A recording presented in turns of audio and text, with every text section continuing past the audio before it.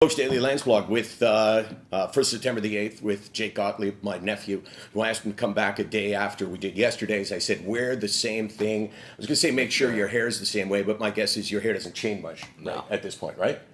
That's it. So you said yesterday, you were talking about how, a couple of years ago, things were really a struggle for you.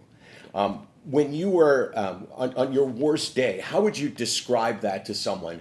Because one of the things about mental illness is people don't know that they're sick because they've never lived in anybody else's brain. And because it can happen so slowly and gently, you wonder, is there something wrong with me? And you're not sure. So when you talk about how it feels, that's really important to people. So what did it feel like on a bad day?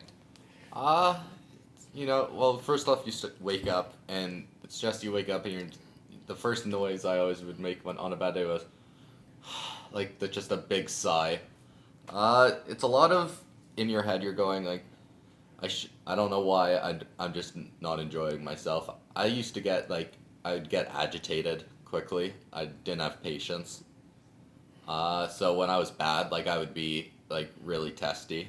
And when you were bad, what do you? I mean, I know the answers to this. I know what your interests are. But what are things in your life? Just simple things that you really enjoy. I love sports. Right. So tell me a sport. Hockey. Okay, so Leafs, right? Yeah. So you like watching the Leafs. When you were really bad, did you get the same enjoyment out of watching the Leafs? I did. That was the one thing. Well, only if they were winning, but that was the one thing that stayed. Really? Yeah. So everything else kind of faded, right? But the Leafs, they're still there. So I guess the point that I would make to folks is that where you were can be a really hopeless place, right? Because you go, God, is there any solution to this? I don't know what's wrong with me, to be honest with you. Am I making this up? There's always that fear and that insecurity. And I get the feeling that you believe that you were genuinely sick, not weak. Yeah, I didn't. I thought at first I was just I thought I was weak. I was just like, everyone else has their own stuff. You can't deal with it. What's wrong? Then I started realizing I started panicking and getting anxious. I started stuttering sometimes, even when I got really anxious. And then I started realizing it's not I'm not weak.